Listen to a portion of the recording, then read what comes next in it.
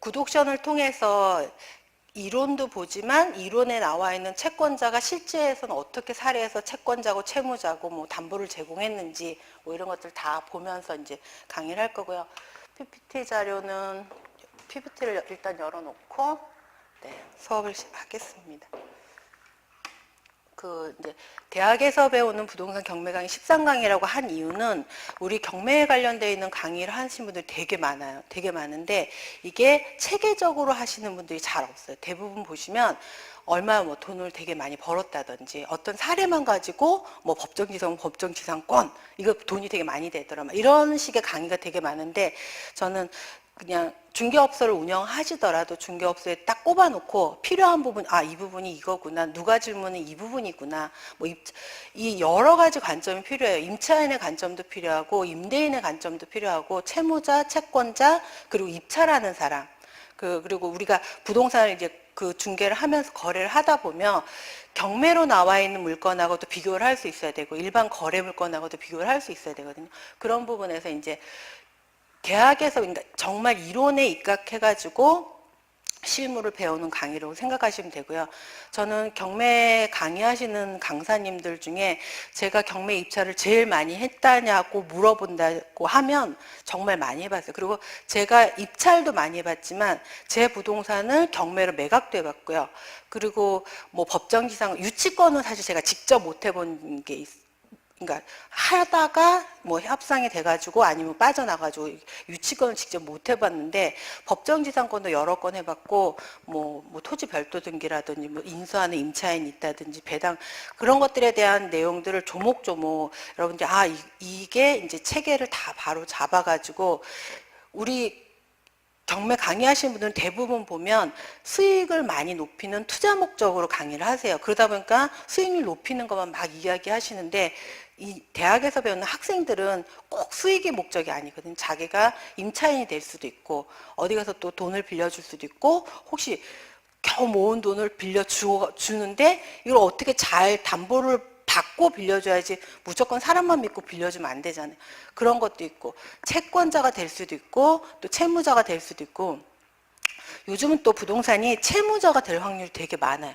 부동산을 사면서 내 돈만 다 갖고 사는 게 아니라 은행 대출을 굉장히 많이 빌리게 되다 보니까 그런 내용을 해가지고 또 금융 활용에 대한 내용까지 그래서 한 8주, 7주 정도까지는 배당표까지에 대한 내용을 정확하게 말씀드리고 8주부터는 입찰하는 방법 이런 것들 말씀드리는데 앞에는 이제 그러니까 권리 분석 관련된 내용으로 중점적으로 말씀을 드리게 될 거고요.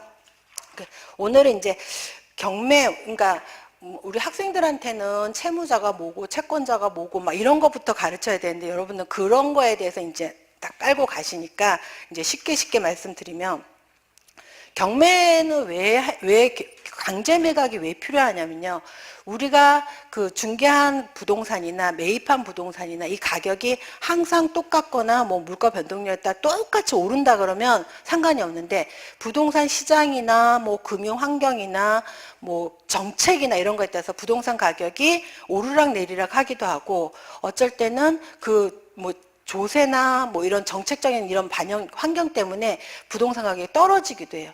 그래서 우리가 맨 처음 매매 가격에서 딱 정형화돼 가지고 쭉 뭐 오른다 그러면 그거에 맞춰 가지고 물가 상승률을 맞춰 가지고 임차 계약도 이렇게 하면 되지만 지금 이제 강제 매각이 필요한 이유는 아까 말씀드렸듯이 우리가 가지고 있는 부동산에 설정된 채권액이 이 부동산의 가격보다 훨씬 많아요.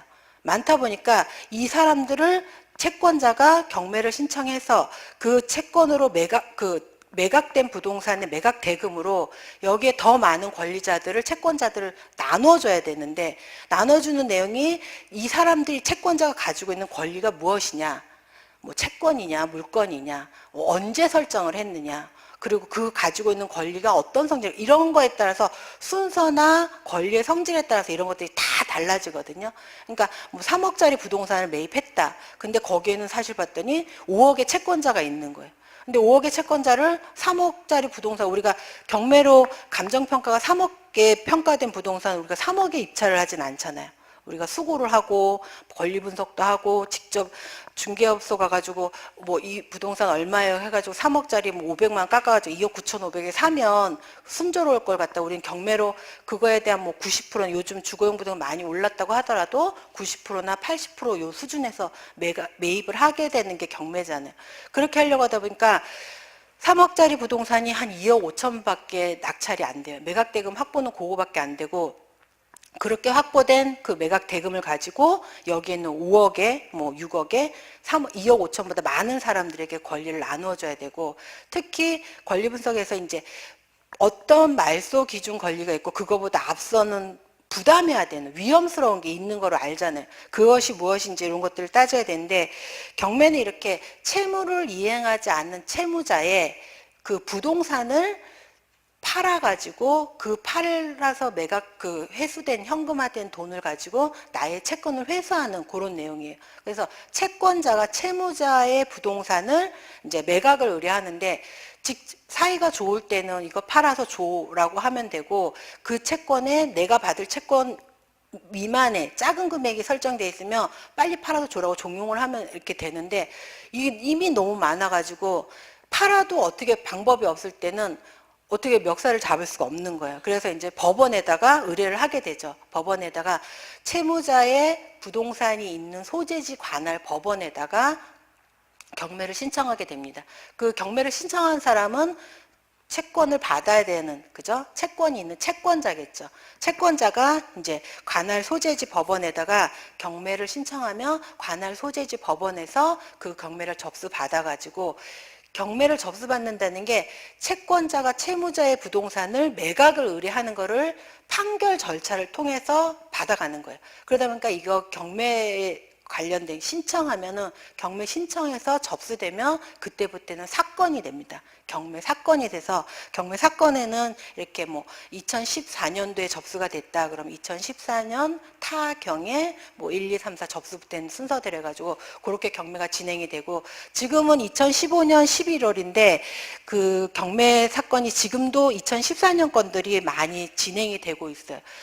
그런 내용이 채권자가 내 채권을 회수하려고 채무자의 부동산을 찾아가지고 아니면 원래 그 담보했었던 물건을 이제 그거 찾아서 그 부동산을 경매를 신청했는데 하고 나서 보니까 거기에 더 많은 채권이 설정되어 있을 수도 있고 뭐 그런 여러 가지 상황들이 있잖아요. 그러니까 그러는 사이에 그래서 경매를 신청했을 당시하고 이게 매각됐을 당시하고는 또 가격 차이가 또 있는 거예요. 그래서 우리 뭐 나중에 뭐 입찰 가격을 산정하거나 뭐 부동산 가격을 조사하고 이런 데에서도 있고 그리고 그 부동산을 뭐 억지로 이제 경매를 신청해가지고 매각을 했는데 나의 순서에 돌아오는 돈이 없을 수도 있고 그런 것들이 있어서 경매를 하는 직접적인 목적은 이 채권자가 채권을 상환받기 위해서 법원에다가 채무자의 부동산을 매각을 의뢰하는 이런 과정이라고 보시면 되고 이런 내용들이 이 법적인 판결이다 보니까 이거 이제 사건으로 진행이 돼요. 그러니까 우리가 개인적으로 뭐 누구 먼저 줘야 되겠다, 누가 먼저 뭐 어떻게 이런 게 아니라 법원이 거기에 표시되어 있는 내용들대로 그대로 쭉 진행을 하게 되는데 부동산은 등기부등본상의 우리 경매 목적을 한 3가지 단어로 말하면 부동산을 취득하는 거예요, 그죠? 입찰을 하는 거예요. 그 명의자로 취득이 되거든요.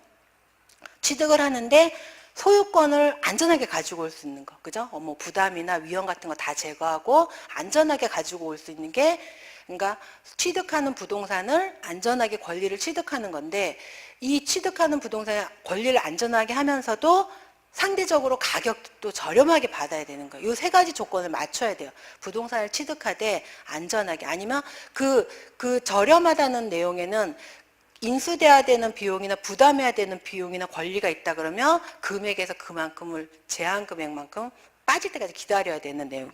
그런 내용을 해가지고 이 경매를 이제 하는 목적이라 그러면 일반적으로 개인이 할 수 없는 만약에 예를 들어서 뭐 그런 거 되게 많은데 한번 우리가 이제 이런 부동산이 있어요, 그죠? 부동산이 이게 3억짜리예요.